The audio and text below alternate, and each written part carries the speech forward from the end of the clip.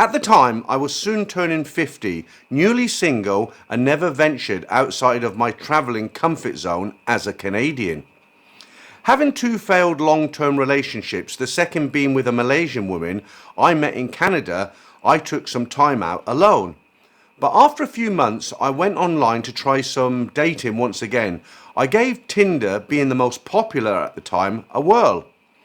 After quickly realising how crappy dating is in the West for various reasons I won't get into here for fear of upsetting anyone, I found myself paying for a subscription that allowed me to match with girls from other countries.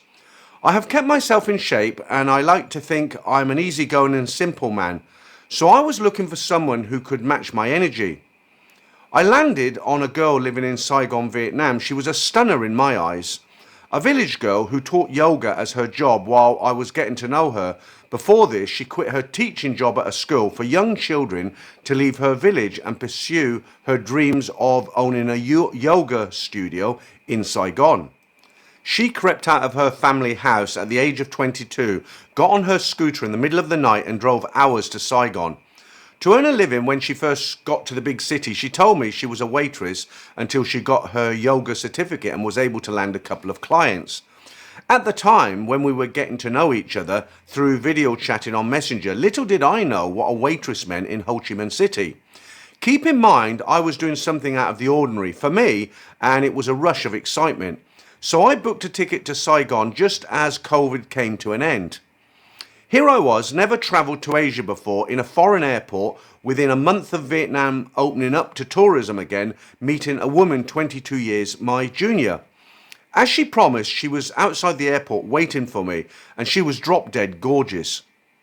I was in heaven. Long story short, she was a lovely girl and I enjoyed her company very much. The aerobics were amazing, too amazing, which partly clued me into her past a little bit.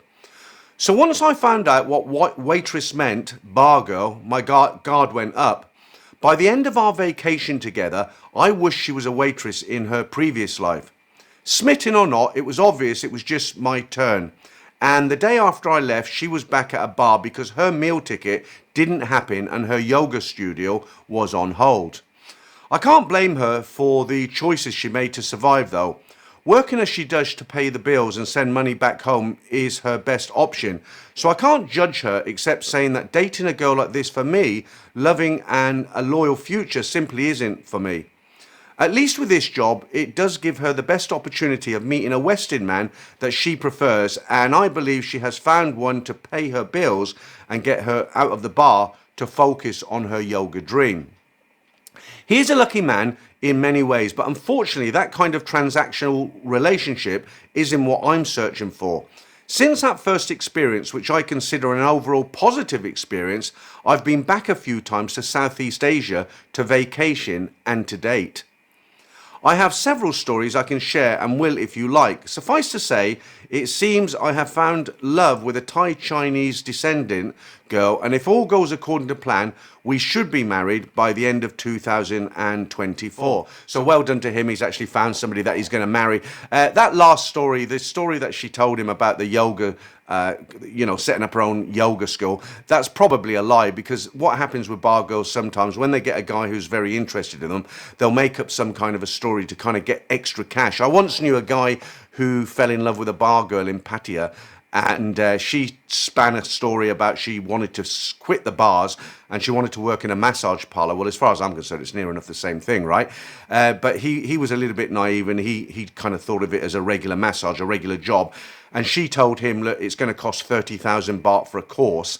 And because he was pretty much in love with this girl, he wanted her to stop the bar and take a regular job, or what he thought was a regular job. So he basically gave her 30,000 baht to go on a massage course. And of course, you know how it turned out. It just never happened. And these are some of the tricks that bar girls use just to extract extra cash from you. So all these stories about wanting to learn massage and I want to open a school and I want to do this and I want to do that, most of the time it's just lies, just trying to scam you. Okay, let's jump into story number 2. Hey Peter, this story is a little bit different than your usual, and some would say it's not even that bad, but the humiliation I felt after actually having this experience makes me sick. It did not happen in Thailand. Actually, in Pattaya, Thailand, the girls were absolutely incredible and genuine. I even had free aerobics with girls that I had bar fined who just decided to stay with me a couple of more days. I am 27, I think I'm attractive, but who knows? I work out a lot and I love to party. I started my trip in Phuket, Thailand and moved all the way through. I absolutely love Thailand and I never felt unsafe or cheated, not even once. My story is in Vietnam and I want it to be a warning to other guys who might travel there. This happened to me in Hanoi. Unfortunately, I didn't have any luck meeting ladies in Vietnam and I didn't have aerobics with Vietnamese girls yet. I didn't want to go to the go-go bars in Saigon because they were empty and I don't want to go there and feel like a weirdo. Although I am young, I wouldn't go to a go-go bar when it's empty because I know it will make me easy prey. And also, I like an atmosphere where there are lots of people energizing in the party.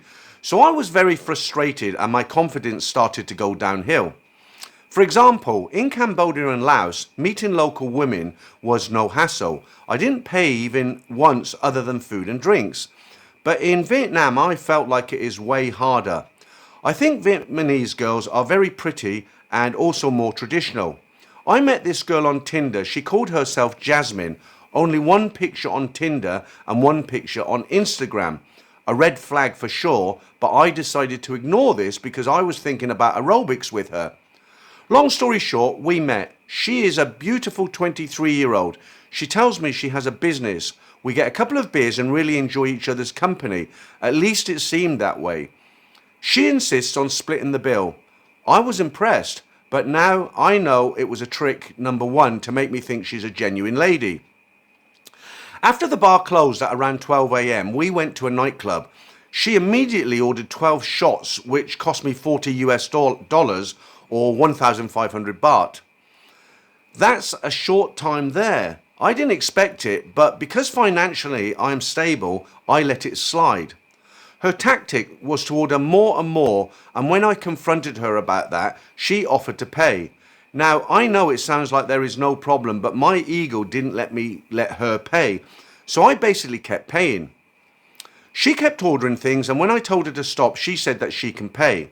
When the bill was around $200, I said enough is enough. I told her to pay if she wants more. That's when she told me that I can leave. I felt pretty stupid. I literally watched all of your videos and I got scammed by this girl so easily. I was so drunk that night, it took me a long time to realize that she was playing my ego against me. Every time she would order things, she would do it behind my back with the same waitress. The bill comes and I'm too drunk to understand what's going on. Also, because I have a big ego, I don't want to embarrass myself and I pay. What an idiot. Luckily, I came to my senses and I realized I'm spending way too much, so I left. Overall, I spent around 8 million dong that night, which is around 8,000 baht. Imagine what I could have got in Thailand for the same amount of money. She was so hot, I was totally not thinking straight. I left the club like a moron, but at least I didn't keep paying for her bills. What an idiot I am. My advice to guys, please set up a budget for your dates. If you match with a girl and get to know her, pay her bills, but once you reach your comfort zone, leave. Stupid me. Thanks, Peter. I had to let it go. Lesson learned. Overall, Vietnam is a great country, nicest people I've ever met. But if you ask me, Thailand's go-go experience is way more genuine. I never fall in love and I love to spend money on a girl for one night. But I don't like being used. If the aerobics had have happened, then I wouldn't be writing this. But I can't tell anyone, so I'll tell it to Peter and he can tell you. I enjoy your channel a lot. Your videos taught me a lot about Thailand. I just want guys to also be careful of this type of scam. I met great girls on Tinder in Asia and many free aerobics and a great dating experience. That one incident has taught me to be much more careful and I'm a lot more cautious than I used to be. So if you match with a shady profile or even a genuine one anywhere in Asia, set that budget for that evening. After that budget has been reached, see if she goes home with you. If not, you are probably being used like I was. For me, it was a small hit, just $200. A good lesson, and I hope this story saves one guy from spending his money to impress a hot Tinder date. If I'd continued to take the bait, I'm sure that girl would have taken me for a lot more money. Luckily, it didn't happen, and I hope it doesn't happen to you.